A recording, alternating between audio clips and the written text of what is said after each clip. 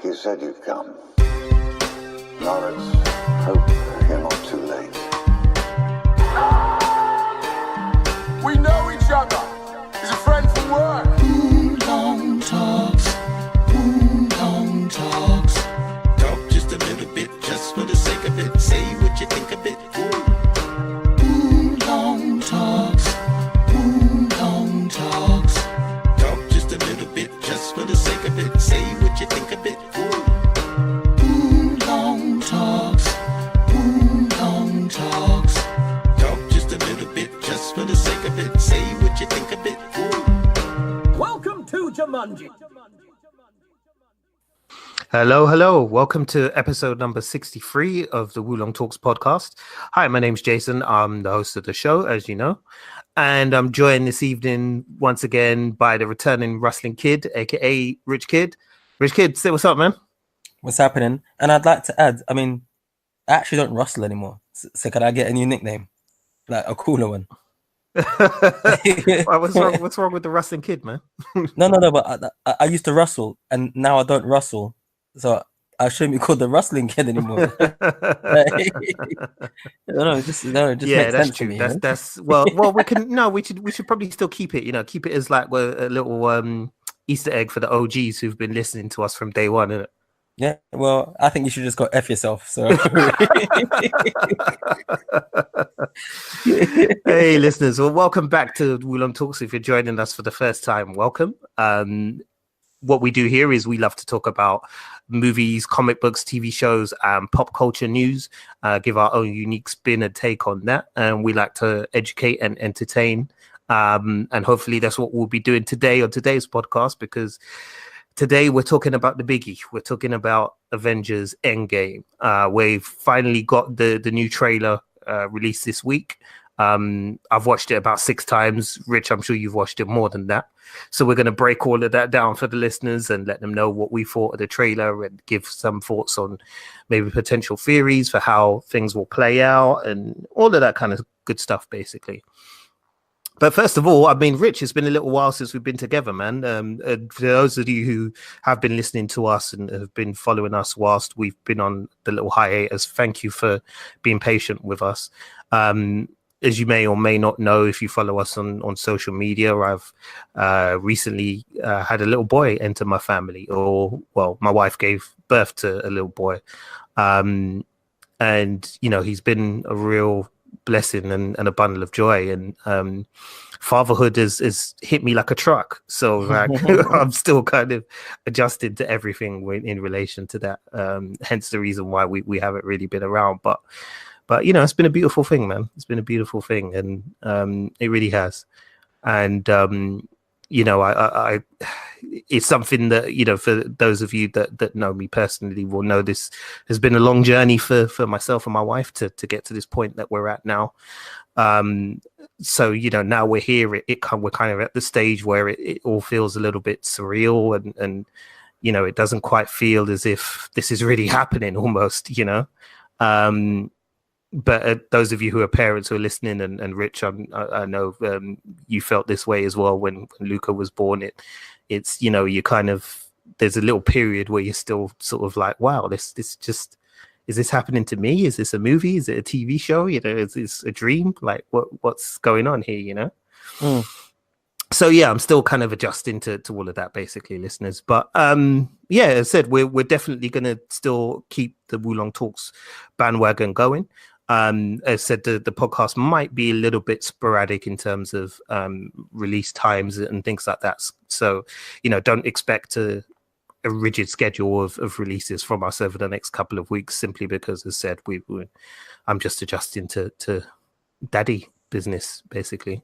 But Rich, how you been, man? How's everything been with you? Have you been up to anything interesting since you last been on? I've been waiting for you guys to have your damn baby. That's what I've been up to.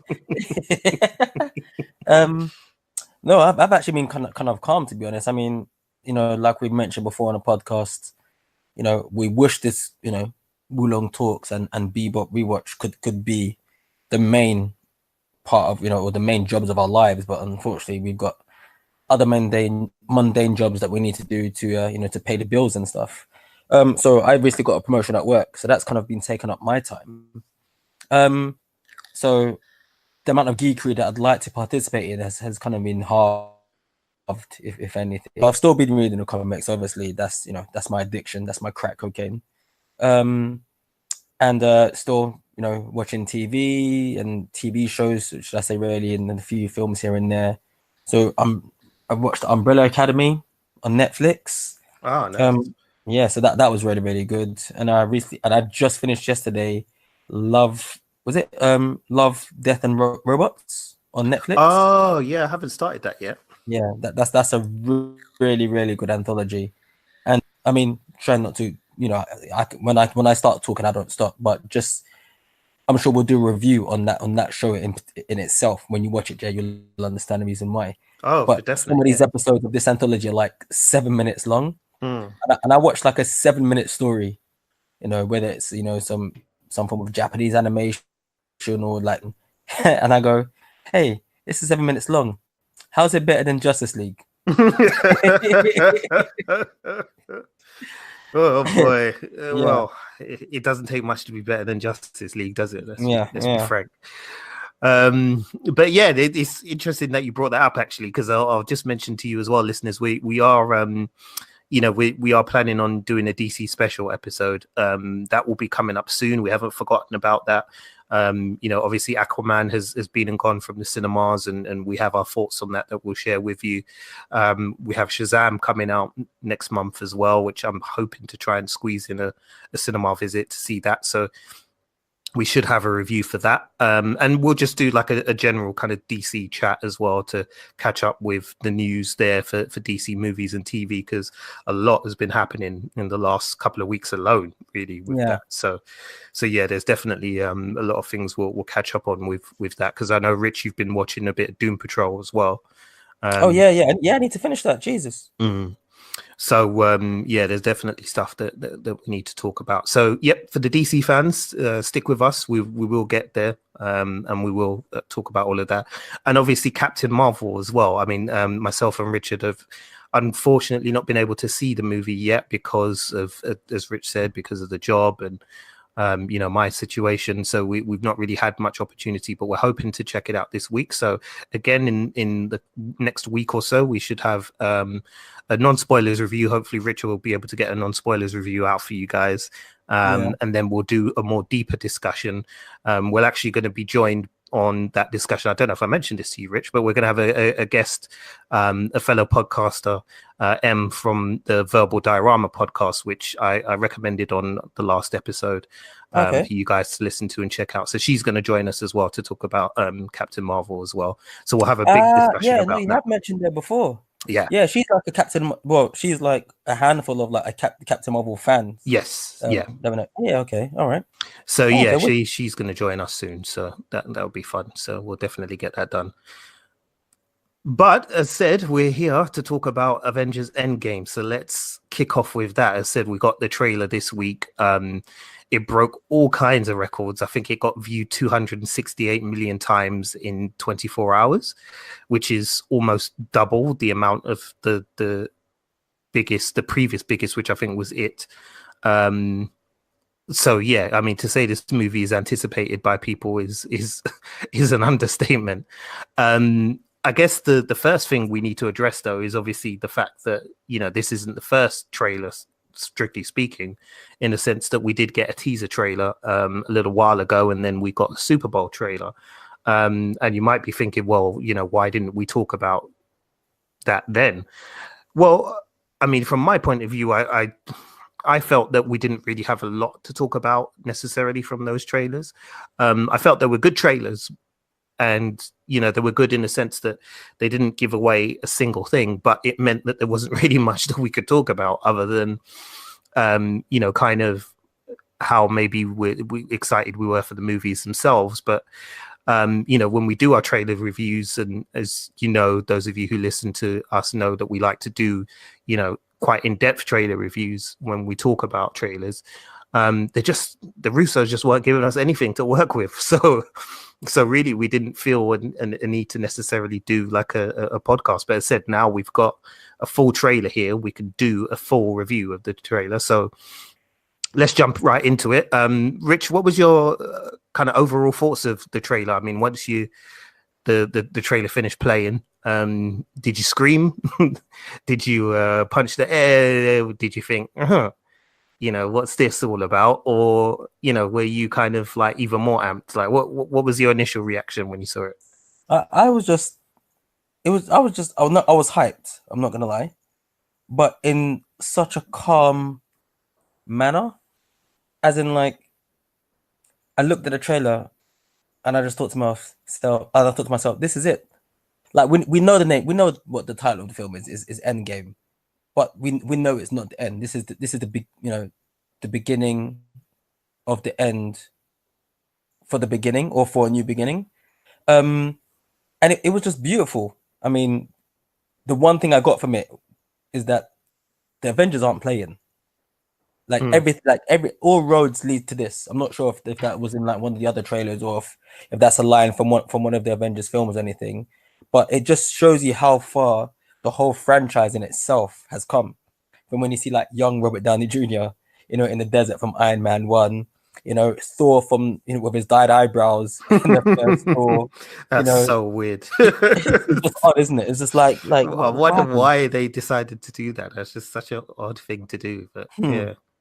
So yeah, and it just made me excited, because I mean the main thing is that it seems to focus a lot on the main Avengers, which is, I'm sure that's some form of, because even though we know that there's quite a few other members that survived the Infinity Snap from Infinity War, and we know that they're going to be part of the gang, but it does seem to focus on the core group that we meet in Avengers Assemble, depending on which country you're coming from.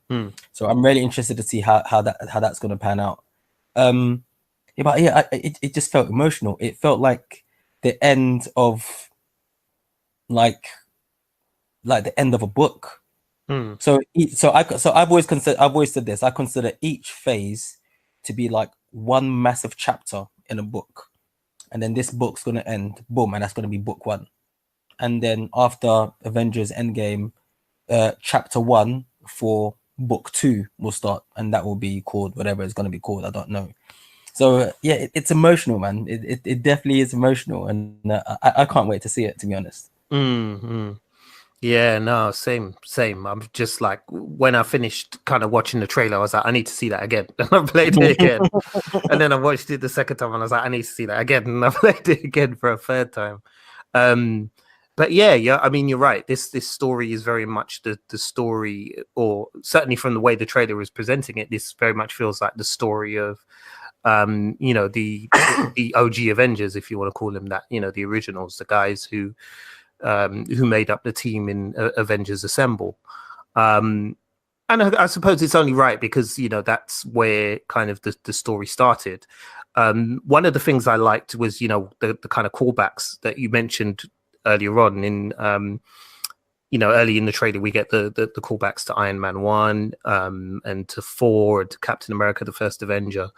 And you get, like the voiceover with Peggy Carter saying, how we can't, I can't remember the actual quote now, but she says something like, we can't change the past, or something like that. The only thing you can do is keep going forward, or something. Yeah. So that kind of, I was like, are they trying to tell us something about the movie with that? But we'll get into the thoughts and things on theories and stuff in a minute. But that I loved that sense that the MCU is moving forward, and like you said, this is not only is this the end of this book, but it's also almost the launching point for a new chapter. It's the start of something new, which is even more exciting for those of us who've been on this wild ride with Marvel Studios for 10 years and 20 odd films.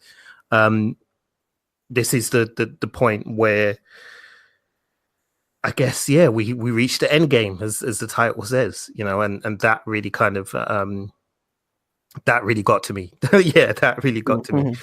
But yeah, as you said, you know, the trailer is emotional. It's you know, it does a great job of kind of, and this is why, you know, I wanted so badly to talk about this trailer, is because this trailer does a great job of balancing kind of um giving you just enough information to whet the appetite and to get, you know, the wheels turning in your geek brain, but doesn't spoil anything from the movie at Yeah. all. You know, I couldn't really think of any kind of spoiler that I could glean from that. You know, there was you know, theories and things that popped out to me, which, as said, we'll talk about in a minute. But you know, there was no giveaways, and it was so refreshing as well, because with a lot of trailers nowadays, they seem to be trying to kind of almost tell you the exact structure of the movie, as in, you know, the plot and when at what point certain things are going to happen in the plot and so on.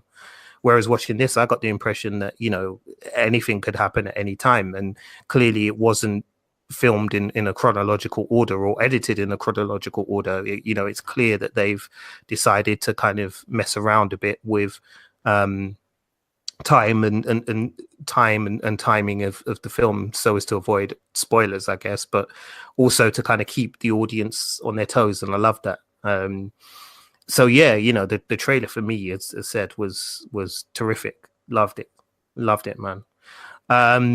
What did you think about, you know, going back to kind of the beginning of the trailer, where we get kind of the callbacks to those earlier MCU movies, and with the focus on sort of Iron Man, Captain America, and Thor. Yeah. What did you think about those callbacks, in a sense that, did you think they were trying to give us clues about what they were going to do with the movie in terms of the plot and where it's going to go? Or did you think that was just kind of like, I guess, providing some context for where the story is at, and where potentially, you know, it's going? Well, I think if anything, it is basically just a reminder that, obviously, like I said, the trailer kind of concentrates on the core members, but then Thor, Captain America, and Iron Man, they're the MCU's version of DC's Holy Trinity. So anybody's out there who doesn't know what the Holy Trinity is in DC, the Holy Trinity is Batman, Superman, and Wonder Woman. To some people, the Holy Trinity may be the Son, the Father, and the Holy Ghost. And then to some people, the Holy Trinity may be Star Wars, Empire Strikes Back, and Return of the Jedi. Take your pick. Right now, today, we're talking about Endgame. So I think it's just a reminder of those three characters, like I said, that basically started this story, franchise, whatever you want to call it. Because if anything, they're the only members that have had solo movies. In the first phase, right? Yeah. So I think it's just more of like just showing you those guys. I remember when in the Dark Avengers comic book, when Norman Osborn was creating his own version of the Avengers, and he was calling them each character, each of those three characters, who's calling something specific. And if you don't have those three characters in an Avengers team, then the team will crumble. So I think it was basically like you have like the soldier or the leader, which is Captain America. Then you have the god who walks amongst men, but is closer to men than than it seems possible. And then you have obviously like, the inventor, the tinkerer, the person who can make everything right. And once you get those three people together, your team is basically unstoppable. So I think it's just a reminder that those guys, number one, started the franchise, and also for a long time they haven't really been on the same page. Not since like Civil War. The last time we probably saw them really working together, when they managed to pull off the unimaginable, was Age of Ultron. The minute they had any form of like disagreement, as much as each of them were doing well in their own right, they weren't doing at their best. The last time we saw Thor by himself, he was getting worked by Thanos. The last time we saw Captain America, he was basically on the run. He was in quotation marks, he was a nomad. The last time we saw Iron Man, he was like, the guy that you love to hate. So I think it's just that reminder that you need these three people to be together in order to be able to pull this off. Mm. Yeah, so that's kind of what I got from that callback to the brief little history lesson that we got for those characters. Mm. Yeah, man, I would agree with that as well, and I loved the little callbacks that they brought in there, because it, as you said, it reminded you of of those three characters, what their beginnings have been, and kind of the emotional journeys, and the character development that they've gone over the course of the MCU from phase 1 to 3. So it was nice to kind of see that play out, and to see how the movie was kind of acknowledging where these characters have come from, and how far they've gotten to, which was kind of cool as well. One of the things we got a closer look at in this trailer was Clint Barton's character, Hawkeye, played by Jeremy Renner, who looks to have adopted a different persona for this movie. We haven't, I don't know if officially he's been referred to by the comic book name of Ronin, but I know a lot of people have been referring to him as that, and certainly in terms of his costume design, it's very similar to the comic book Ronin in a way, and in the trailer it appears that we kind of see him in Japan. Rich, can you just, like, for the benefit of people who don't know, explain a little bit about what the Ronin character is, and what that persona is that Clint Barton, aka Hawkeye, adopted in previous comic books? Well, the character of Ronin is actually an alias that's been used by quite a few different people. And it's one of those things where I mean I was a fan of Ronin before the character was even unmasked.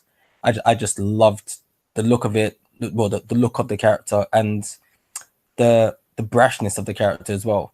And it's weird because it feels that everybody who's actually taken on this mantle automatically just falls into that character, whether it's been, I think has Electra been the character of Ronin? Sorry, listeners, this has been quite a few years since last time I did read any of these stories. But I know that obviously Clinton Barton's been the character. Echo, who's a Daredevil villain or love interest villain hero, has also been the character as well.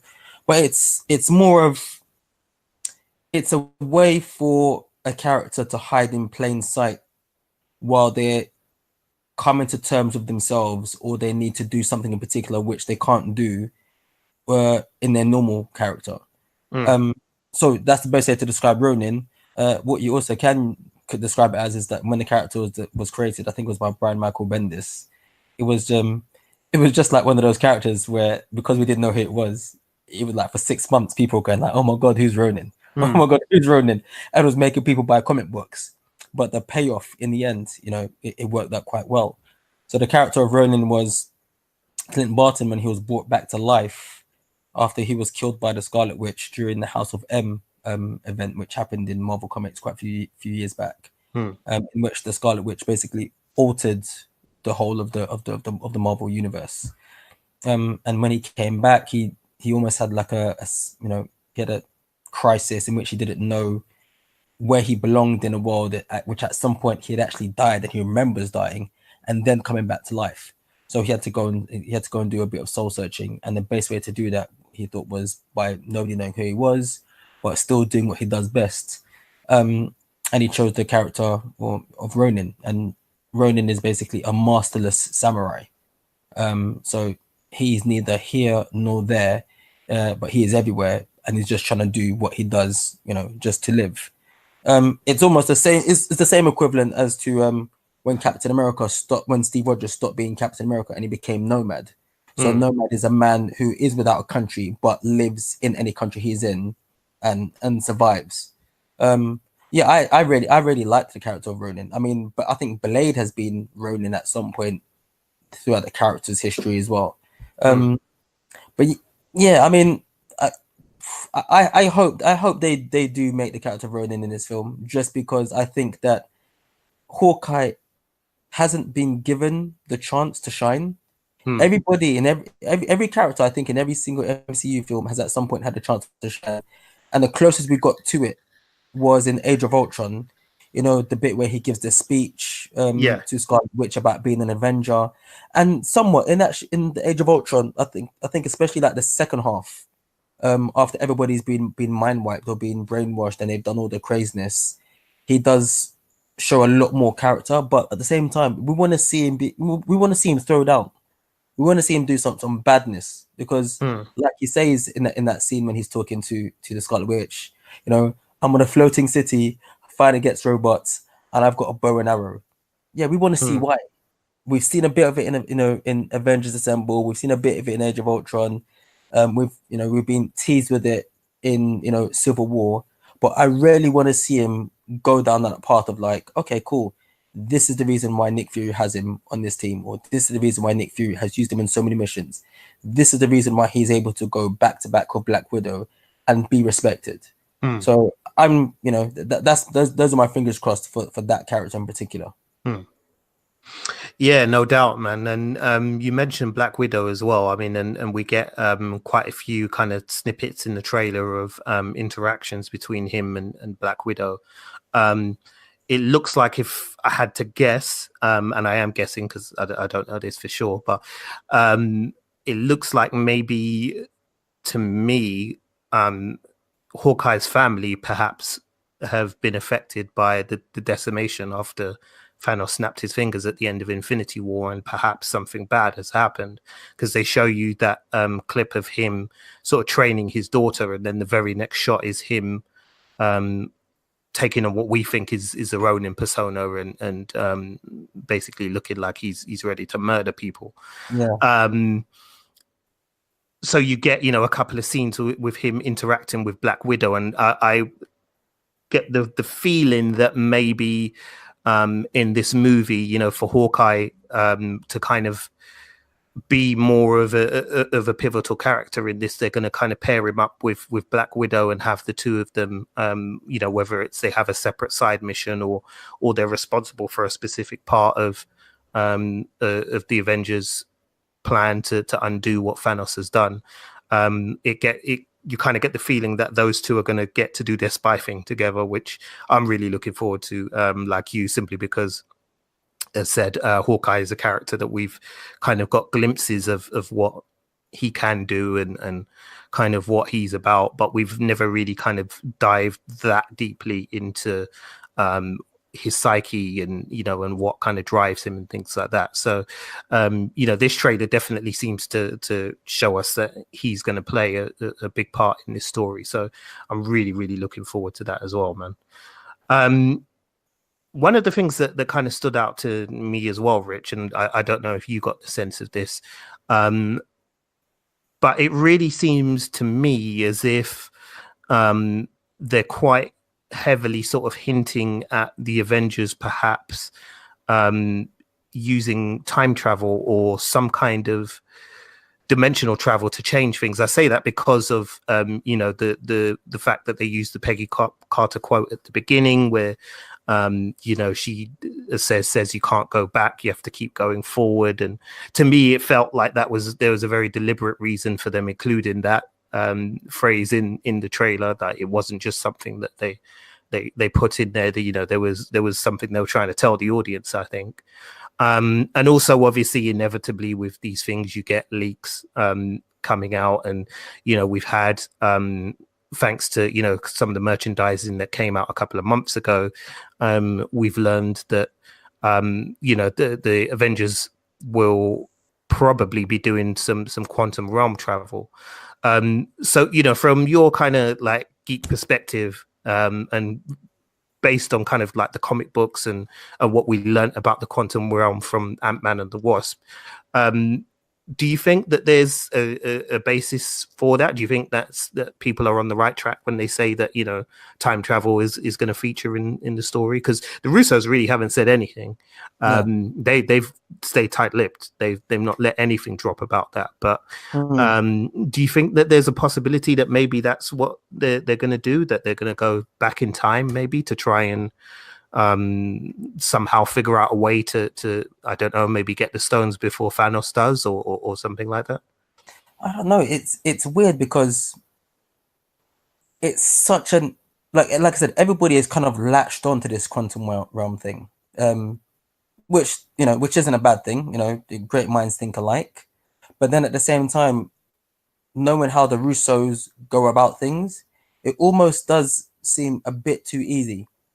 You know what I mean? So I think even if there is some form of time travel, I'm sure it's going to be done in a particular way where you're just going to be like, okay, wow, I didn't see that shit happening.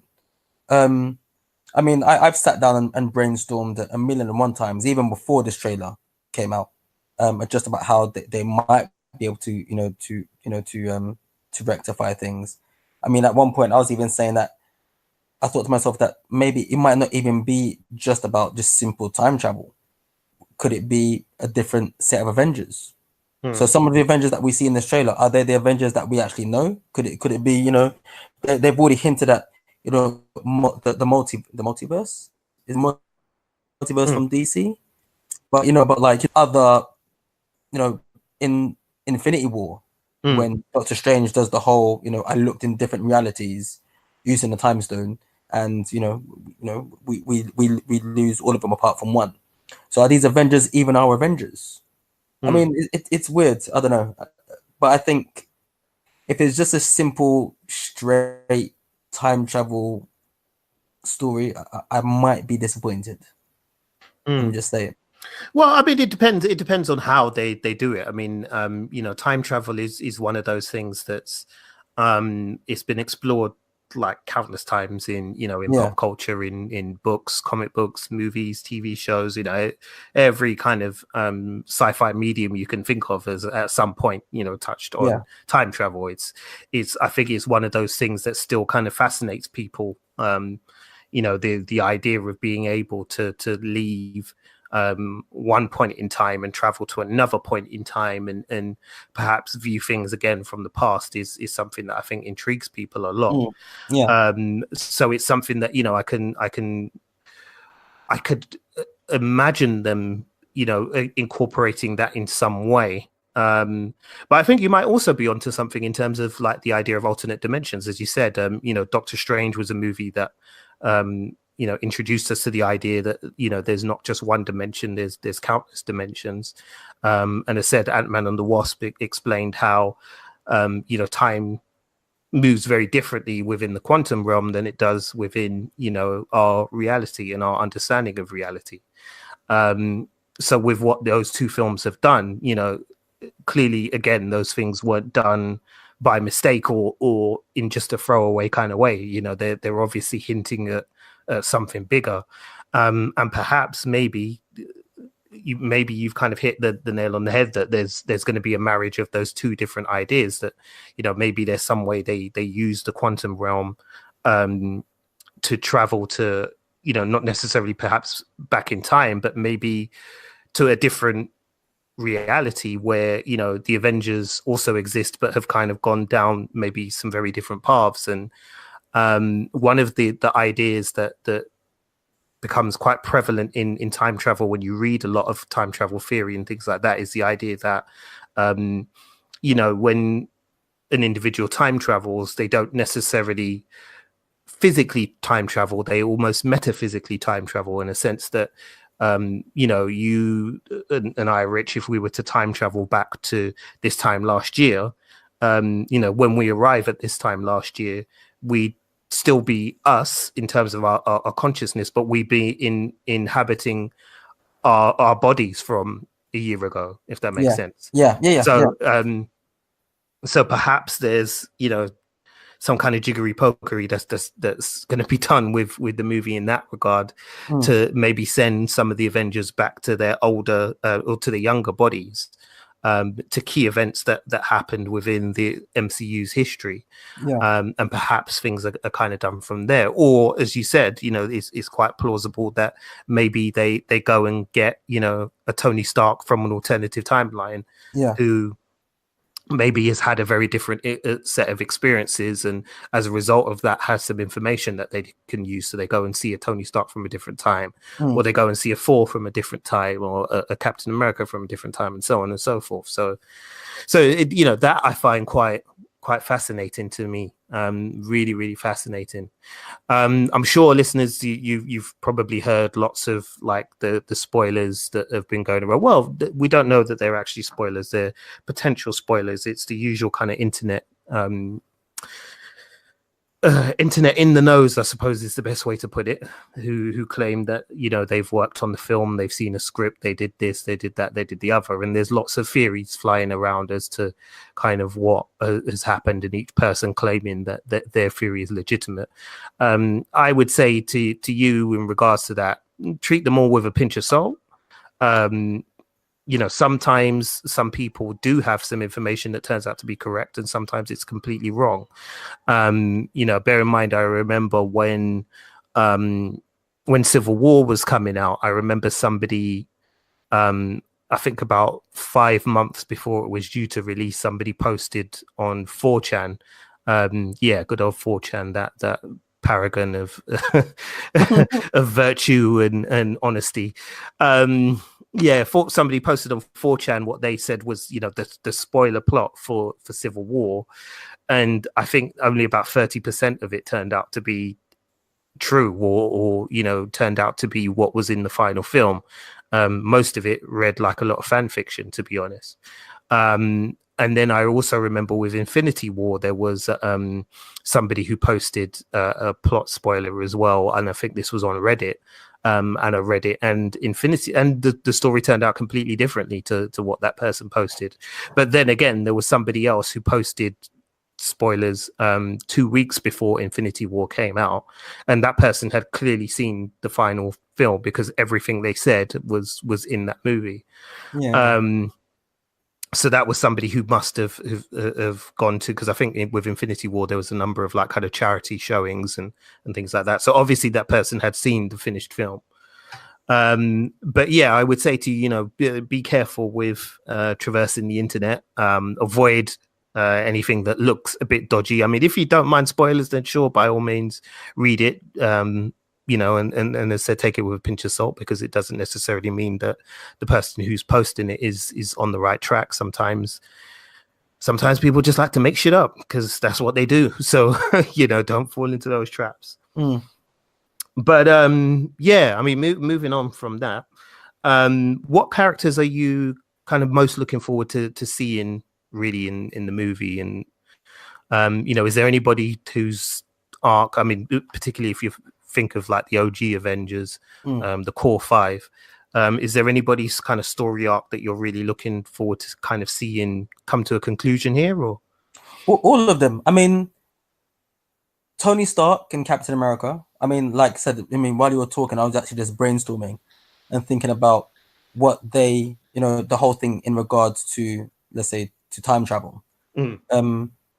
And wow, okay, cool. I just had the wickedest brain fart. All right, because if you think about it, I mean, there's always been this speculation about whether Robert Downey Jr. is gonna stay in the MCU, and Chris Evans hasn't got a contract signed up, and he says he's looking to leave. I think in itself, until it happens, that could easily just be a play on words. So it could literally just be a thing of that. For example, Chris Evans isn't going to be playing Captain America anymore because he's not going to be Captain America. He's going to be known as like Steve Rogers, Super Soldier, like I was in the comic books a few years ago. And, Bucky Barnes ended up being Captain America while that thing was happening. But let's not go down that route. I'm just saying that it could just be a way just to throw us off a sense. But the way how they have been focusing on these two, it would make sense just for the simple fact that they are they're different sides of the same coin, and they're much closer in character than they think in regards to like pushing a plot. You've got one person who's constantly thinking of the future and a way to be better and to make things better and to make things safer. In Iron Man, whether it be in creating suits, in creating Ultron, because he's seen what the worst is, what the worst can bring. And then you've got Captain America, who thinks in the same way, but he's from the past. So you see what I'm trying to say? So like they both come from different ends of the spectrum and meet in the middle, but just due to character personalities, they just seem to clash. So I'd like to see those guys' arcs resolved, especially considering the way how it ended last in Civil War.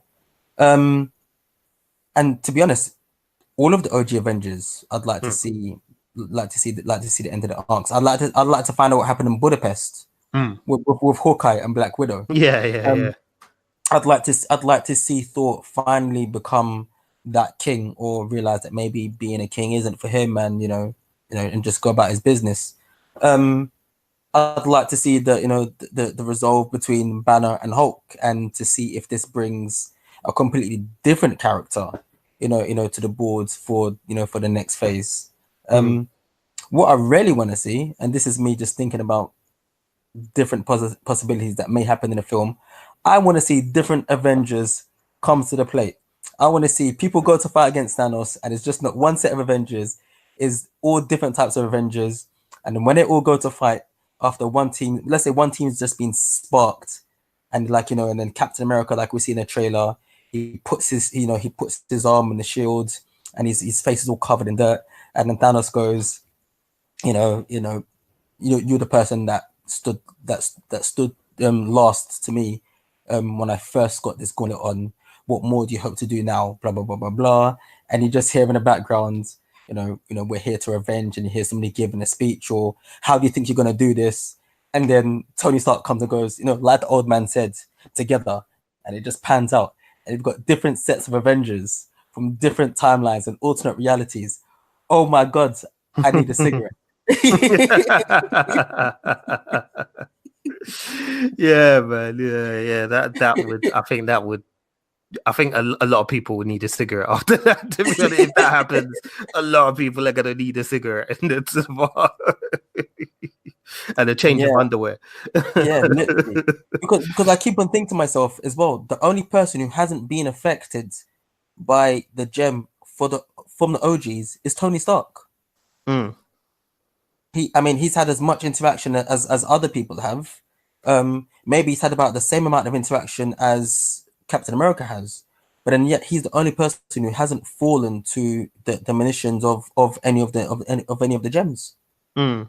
I'm just putting out there. This is me just brainstorming now. To be honest, I've only watched this. I watched the trailer again today, and I think that was the third or fourth time I've watched it. I've actually tried not to watch it too much, just because as you listeners can tell, my brain starts to run wild. Mm. Yeah, man. I mean, it's really interesting. I think for me, you mentioned Hulk. I'm really curious to see what happens with Hulk, because obviously, at the end of Infinity War, it was clear that Hulk and Bruce Banner are not on the same page anymore. And a lot of the marketing for this movie has featured Hulk quite prominently, but then they did that with Infinity War and they fooled us all. They sold us all a red herring with that one. So I don't know kind of how that plays out, really. I mean, some people have speculated that we might be getting Professor Hulk, which is a character from the comic books, which is basically Professor Banner. Yeah, Professor Banner, sorry. Which is, where Banner's consciousness remains within like Hulk's body effectively. And so that's a possibility maybe.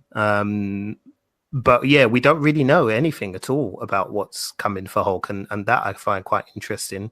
Nebula's story, I'm kind of interested to see what they do with Nebula as well, because if you are familiar with Jim Starlin's Infinity Gauntlet, then Nebula plays quite an important part in that. And there's actually a part in the story where she gets hold of the Infinity Gauntlet. And then she's able to bring back like a lot of the heroes who were killed in confronting Thanos in the comics. So I'm interested to see if, I don't think they're going to directly do that in Endgame, but clearly, Nebula has many unresolved issues with Thanos in the MCU, in the sense that, aside from the fact that she's really not a big fan of her dad anyway, she considers her father the one who's responsible for the death of her sister, Gamora. So she's going to have a lot of stake in, making sure that Thanos pays for what he did. So I think she's going to have an interesting kind of arc that it'll be. I'm keen to see where that kind of goes, really. And also Rocket as well, because Rocket is, basically the last remaining Guardian at this point. He's out here on his own with the Avengers, with the people that he knew as his family all gone. So how is he going to deal with that? Will he just be his usual sort of snarky self, or will it affect the way that he interacts with the other Avengers and things like that? That I think could be really interesting as well. So yeah, I think for me, those are kind of the characters that I'm really, really looking forward to, apart from all the obvious ones. But those are the kind of the storylines that interest me somewhat, just to see where the story kind of goes for them. Do you have any kind of, as you're in a spitballing mood, do you have any kind of theories around surprises that they might spring in this movie? I mean, I've heard, again, going by internet scuttlebutt and rumor, that, there was during when they had the reshoots last year, part of that featured Doctor Strange being filmed with what was described as a gigantic CGI character. I don't know if how true that is. Well, we're just gonna have to wait to see the movie to see what that could potentially be. But as said, as our resident comic book guru, is there any kind of, do you think, surprise characters that might maybe make an appearance in this movie, Rich? It's not. I mean, the question is, do I think a certain character or certain characters may appear? I think the question should be, what would I like to see?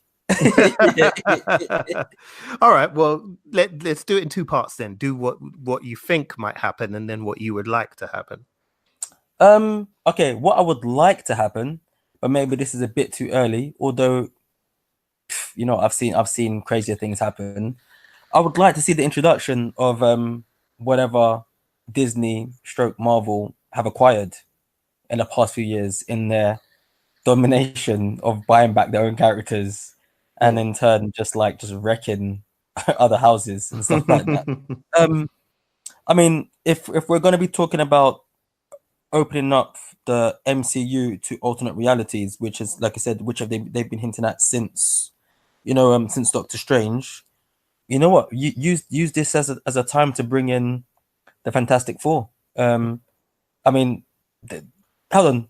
Disney own the right to Fantastic Four, right? That's they do, yeah. Yeah. Okay. Just double checking. They've been buying so much, I forget. Yeah. Disney been out here dropping money, making it rain in the strip club. Exactly. They're just coming in and just throwing ones up in the air, It's not even Disney or even Walt. You know who it is? It's just Mickey. Mickey, yeah. He's walking like a boss. Yeah. I'm gonna make it rain up in here, huh? Yeah, shake that tail feather, girl. Come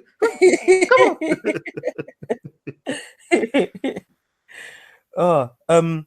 I mean, because if we're going to be losing certain characters from the MCU, they're going to have to be replaced in one way or another. And when I look at the comic book world, and then you look at the MCU, there's obviously people that have been put into place to replace characters that Disney didn't have access to. So, for example, I mean, in the comic book world, I mean, the role of Doctor Strange is essentially it's filled by Mr. Fantastic and the Fantastic Four. You know what I mean? So, I mean, that would be a prime example. I'm sure years ago, if Disney or whoever had the rights to make a film, maybe Guardians of the Galaxy, maybe that might not have been first. Maybe it would have been a Silver Surfer movie. I mean, that would have been a really crazy wild trip for a first introduction to the cosmic landscape of the MCU. Not to say that Guardians of the Galaxy didn't do well, because that did freaking amazing. So I mean, those are things that I wouldn't mind seeing. But small baby steps. Let's see what happens. In regards to surprise characters that may turn up, it hasn't really crossed my mind, I mean, I would like to say that I would see somebody like Adam Warlock, but I know that Adam Warlock was a character that James Gunn wanted to use for Guardians of the Galaxy 3. but I would just like to see him introduced, just because once again we're really deep into the cosmic landscape now in regards to, you know, from Guardians 2, you kind of dibble dabble with it as far as I'm concerned of Doctor Strange. It's all the same thing. Then you've got Captain Marvel. Also, you've got, you know, Infinity War, and now you've got Endgame. So this latter half of, or let's say like phase 3, is pretty much been just wild and out there. So I think introducing a character like Adam Warlock, I think it would be nice. I think it'd be a nice opener in how we can then view the space side of things from a different perspective. So I'd like to see that character come through. I'm trying to think if there's anything else or anybody else that I'd like to see. No, I think that's it. I think that I was gonna say that I'd like to see like an old, like the original Nick Fury, but I don't think he's part of this MCU in any way or form. And I think that would just confuse people. But yeah, what about you? I was thinking when I read the thing about Doctor Strange and the big CGI character, I immediately started thinking of the Living Tribunal. Okay. Because I started thinking that, you know, surely there's got to be some kind of cosmic balance. I mean, as you said, we've gone, you know, the MCU has very much gone down the road of the Marvel's kind of cosmic universe and exploring that. And given, you know, just the havoc that Thanos has wrought, because he's not only has the decimation affected Earth and the Avengers, it's infected the entire universe. You know, potentially it's, you know, half the universe has been wiped out. That's something that surely has got to prick up, you know, the attentions of those kind of older godlike beings within the Marvel Cosmic Universe. Yeah. So yeah, for some reason my brain just immediately went Living Tribunal, maybe because of what happens, because of what happens in the comic books and things like that. But yeah, I mean, sorry, how best would you describe the Living Tribunal for people that don't know what the Living Tribunal is? Living Tribunal is basically, I wouldn't say he's the one above all, because there is an actual character called the one above all. But he is the judge, jury, and executioner for not just like the cosmic landscape, but for our particular universe. Yeah. And that's the best way to put it. Like he writes the rules for the cosmic entity that we all reside in, which is eternity. So we live in the Milky Way galaxy, and this Milky Way galaxy is just one galaxy amongst what trillions, billions, zillions, and then we all actually reside in an actual construct which has a personality known as eternity. And then you have infinity, which is the sister to eternity, and then you've got chaos and order. So you have all of these cosmic constructs which all have and serve a purpose, and they help to bring balance to life as we know it. And the person who resides over all of that is a living tribunal, and it's him that passes laws and allows certain things to happen. That's actually a really good point, Jay. Maybe living tribunal, because if you think about it, everybody and anybody that may have been able to cause Thanos any form of trouble effectively has kind of left the scene. The ancient one has left, and well, the ancient one's gone. Ego is pretty much powerful, and he got destroyed. Odin, who we know, we know that he's pretty much a bit of a badass from what we can see, especially when you look at his son and you look at his daughter, and look at the people that he's fought against, such as Surtur, who's also gone as well. So maybe having the Living Tribunal come in, maybe that, you know, having a heavy hit like that might be the way forward. It's a possibility. A big CGI character that was starring alongside Doctor Strange. Maybe they bring back Dormammu. I don't know. Maybe, yeah. Maybe. Come to bargain, Dormammu. Shit's gone south.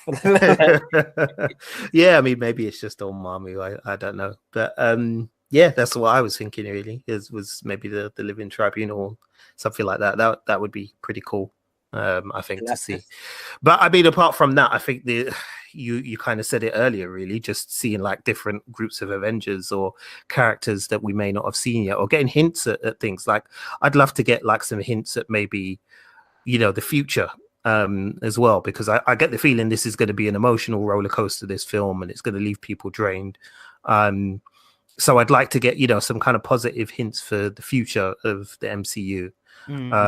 So I'd like to kind of maybe get some glimpses at, I don't know, maybe like a young Avengers or something like that. I mean, we know there's going to be a couple of new characters joining the MCU in a sense that we'll have the Eternals coming soon. In the future. We'll have Shang-Chi. We'll have a Shang-Chi movie at some point in the future as well. So maybe, just some kind of hints as to where the MCU is going to go next, after Endgame. But that's really what I'd like to see. But that brings us nicely along to kind of the final talking point of the podcast for today, which is always the most emotional one. We asked this question at in our Infinity War podcast. For those of you who haven't listened to that, you can have a listen to that on the podcast channel. But it's the question that we don't like asking, but it has to be asked. Rich, who out of the original Avengers do you think is going to die, and who do you think is going to survive? All of them, and then we're going to bring in another Avengers team from alternate reality, and that keeps everybody happy. I love your positivity, man. I really do. But I think it's Captain America, Iron Man. I mean, they seem the most obvious. And I think because they seem the most obvious, like I said, the way how the Russos go about things, if it is one of those two, it's gonna have to be something spectacular. Whereas, like, oh my god, that was worth it, for some reason, I just can't see any of those two. So, any of those two surviving. I don't know why. Yeah, I mean, again, it's again, based on internet scuttlebutt, the big spoiler kings are insisting that basically only 2 of the 5 OG Avengers will still be alive at the end of the movie. I don't know how true that is. So listeners, take that with a pinch of salt. I'm just sharing it here because I read it online and thought maybe it'd be interesting to discuss. But we have no idea whether that's true or not, and whether that's going to play out that way or not. And as Rich said, the Russo brothers do like to surprise, so they'll they may well pull off a surprise or two yet with this movie. But I mean, I feel like one of those two is going to go. One of Iron Man or Captain America is going to go. I can't put a finger on who I think it is. I'm perhaps leaning a little bit more towards Cap. Just purely because of the arc that he's been on from the first Avenger up to the Avengers to Winter Soldier to Civil War. To Infinity War, and then down this, it just kind of feels like for his story that is almost the trajectory that his story has taken, and it seems almost inevitable that he's going to end up sacrificing himself for his team, for his family, for the universe, because he as I said, they've set him up to be that type of a character. Tony Stark, he's an outside bet, because potentially he could pass away as well. I mean, but even if he does die, I mean, that doesn't necessarily mean it's the end of Tony Stark. I mean, he could quite easily, create a new AI or something like that and upload his consciousness into a new AI, as has been done in the comic books recently. I mean, particularly with the Riri Williams storyline, it was he was her Jarvis basically in her suit. So there's every possibility that maybe if Tony does die, that's kind of what he does. He has this fail-safe, this contingency where he's able to upload his consciousness in there and live on, so to speak, in that regard. For the others, I can kind of see Hawkeye dying as well, especially if his family's dead, because it's like, you know, what else does he have to live for almost? I mean, it depends on what kind of happens with his character in Endgame and what they decide to do with it. But yeah, I can kind of see him dying if there's, you know, as I said, if he's got nothing left to live for, then, you know, what really is going to be his purpose going forward if the original Avengers end up having to take heavy losses in order to stop Thanos. So yeah, he's one I could possibly see. Hulk, I don't think so. I think Hulk will make it through to the end, although I suspect something major will happen with Hulk in this movie. But yeah, I can still see Hulk being around at the end. Thor is another tricky one because, like, he again with the arc that he's been on, it's kind of hard to see where he goes. Although that said, you know, again, a lot depends on what happens in Endgame because, you know, as far as we know, only half of the Guardians on board that ship that Thanos invaded in Infinity War died. So presumably the other half escaped, along with Valkyrie. So there's Asgardians out there somewhere in the galaxy. So maybe, you know, there's a motivation there to keep his character alive because you can tell stories around him, you know, trying to find his people. And as you said earlier, you know, deciding whether or not he's going to be a king or if he's just going to, you know, maybe just be a leader to these people rather than, you know, be an actual king. Yeah. And they have no home as well. So, you know, presumably they're going to have to find a home for these Asgardians, somewhere for them to live.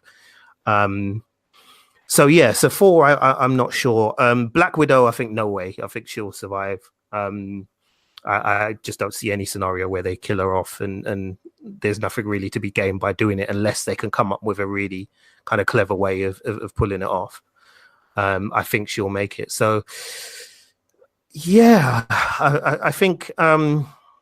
God, it's hard to say, man. It's hard to say because I was convinced Captain America was going to die in Infinity War and he didn't. So, like, you know, you never know. You never know with these guys. But yeah, it's interesting. But listeners, let us know what you think about you know, who you think is going to survive Avengers Endgame.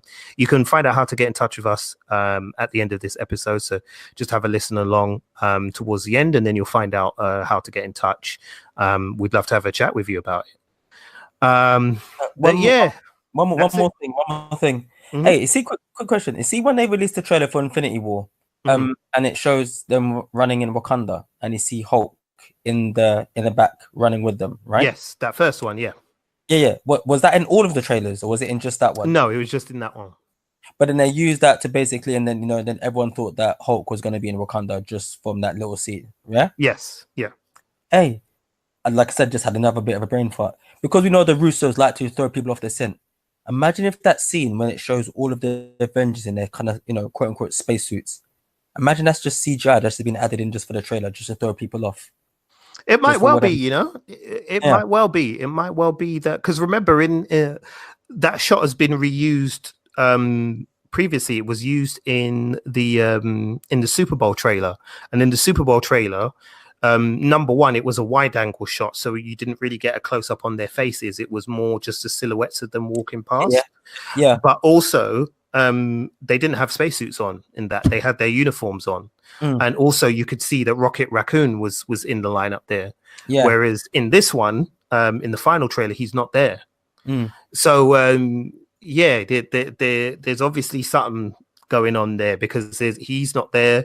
Hulk isn't there. Thor isn't shown in that either. Captain Marvel isn't shown in that either. So you're kind of like, what's, you know, is that a direct scene from the movie as as is, or have they again done some trickery to kind of play around with who is there and who isn't? Because that potentially changes a lot of things as well. Because bear in mind as well, it shows that Tony Stark and Nebula are there. But for all the trailers we've seen so far as we know, they're stranded in space. So how is it that they're now here? How did they get back to Earth? What kind of happened? Did they even get back to Earth? Are they still stuck in space? Who knows? We don't really know what they're doing and how they're intending to do it. So I just had another one. I just had another brain fart. All right, the quantum realm, time traveling, but it's just not like you said, like linear back and forth time traveling. You can also go left to right. So you can time travel back and forth, but left to right means you go to an alternate universe. There's that little scene in the trailer where you've got Ant-Man looking at that poster, and it's got like the missing posters on there. Oh, there's something about that scene that just seems like really not from this time period. It feels like, I don't know if maybe it's just me, but it feels like it could be something from like a scene from like an 80s film or like a film from like the 90s. And then basically when you see Ant-Man, I mean, obviously this might be the way how the trailer's been cut because the Russos are like that. And when you see Ant-Man on the monitor screen and it shows Steve Rogers and Black Widow, it's almost like they don't recognize him. Am I correct in saying that? No, it's not that they don't recognize him. I think it's more that you're talking about the first trailer, right? The first trailer where he's outside of the building talking to the camera saying, you guys remember me, don't you? No, I don't think it's that they don't recognize him. I think it's more that they're shocked that he's there. Because at the beginning of that trailer you get the if you remember at the beginning of the trailer it features Black Widow talking to Bruce Banner, and they're looking at the kind of holographic pictures of all the heroes who are missing, and Ant-Man is on the list. He's on the list as missing, along with Shuri and Spider-Man. True. So maybe I was thinking maybe that it's just that they're shocked that he's turned up at their doorstep. But again, maybe who knows? You could be onto something there.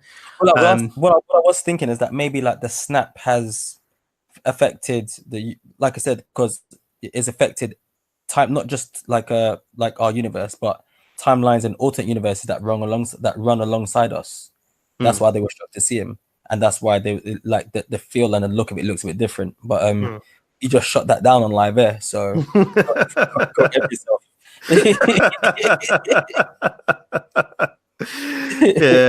Sorry about that, man. But no, I mean, as I said, that doesn't necessarily mean that you're wrong. It just, who knows, bruv? We're both a bit boiling right now, so I could be completely wrong and you could be completely right. It could be we could be talking about a totally different timeline right now, and that's the beauty of this movie and this trailer. It's as I said, it's given us stuff, but it's also given us nothing at all. So you're still kind of left to speculate, which is fun. That's the part that we enjoy, listeners, and I'm sure that's the part you enjoy as well if you're Avengers fans. So we shall have to wait until April the 22nd, I think it is the release date. So far, man, so far. It's really not that far, if you think about it. It's really not. It's only about maybe 6 weeks away. And that's gonna fly. No, dude, it's gonna fly. I'm telling you, it's gonna fly past. Like it's crazy how close it is, man. So we're all bracing ourselves for that one. But that will conclude our chat on Avengers Endgame. As said, if you do want to get involved in the conversation, then have a listen to the short trailer at the end of this podcast recording, and that will let you know how you can get in touch with us. Before we wrap up as well, just a couple of kind of housekeeping bits and shout outs and stuff. First of all, a big thank you as always to Rob Wade from Emotionally 14. Emotionally 14 is a network of podcasts basically that offer loads of different things around geek culture and pop culture. There's lots of Star Wars stuff there. So if you're a Star Wars fan and you love Star Wars podcasts and you love Star Wars geeks talking about Star Wars, Emotionally 14 is the place you need to be, but they also do gaming videos as well on YouTube and gaming podcasts. They do general chit chats. They do all sorts of stuff over there. So head over to emotionally14.com to check that out. Again, a big thank you as well to the Britpod scene. That's a network of British podcasters who do podcasts about all kinds of things. So, you know, whatever kind of thing you're into, make sure you go and head over to britpodscene.com and check out all of the podcasts over there. And lastly, yes, Richard mentioned, you know, at the top of the show, the Bebop rewatch. As kind of explained, sorry, we kind of have lost a bit of time with that and lost a bit of traction, but we haven't given up on that. We're far from done with the Bebop rewatch. We will be returning to that soon. I can't give you an exact date as to when we will be returning, but we will be returning to the Bebop rewatch just as soon as we can. So for those of you who are listening to that and enjoying that, stick with us and we'll get that ball rolling soon. Rich, anything you wanted to add before we kick out? No. I won't stop if I start. You're not going to sleep tonight, are you? No. Just going to lie awake in bed staring at the ceiling, thinking about the quantum realm and all the possibilities of it. Yeah. I think I'll probably end up doing the same myself, man. All right, listeners. Well, I'm going to head out here. Thanks a lot for listening. And as I said, thank you so much for being patient with us with the gaps between podcasts. I know it's not convenient, but make sure you subscribe to us wherever you're listening to this podcast episode, and you'll be updated as soon as new episodes are available. So it's a good night from me. I'm going to kick out. Rich Kid, say good night. Good night. And we'll see you again real soon, people. Take care of yourselves. Peace out. Thanks for listening to us. If you're down with Wulong Talks, show some love by following us on Twitter, Facebook, and Instagram at Wulong Talks. You can also find us online at www.wulongtalks.com or drop us an email at wulongtalkspodcast@gmail.com. We can also be found as part of the Britpod Scene Collective, and we're also officially E14 endorsed. Search for those hashtags to enjoy more content from us and from other great British podcasters.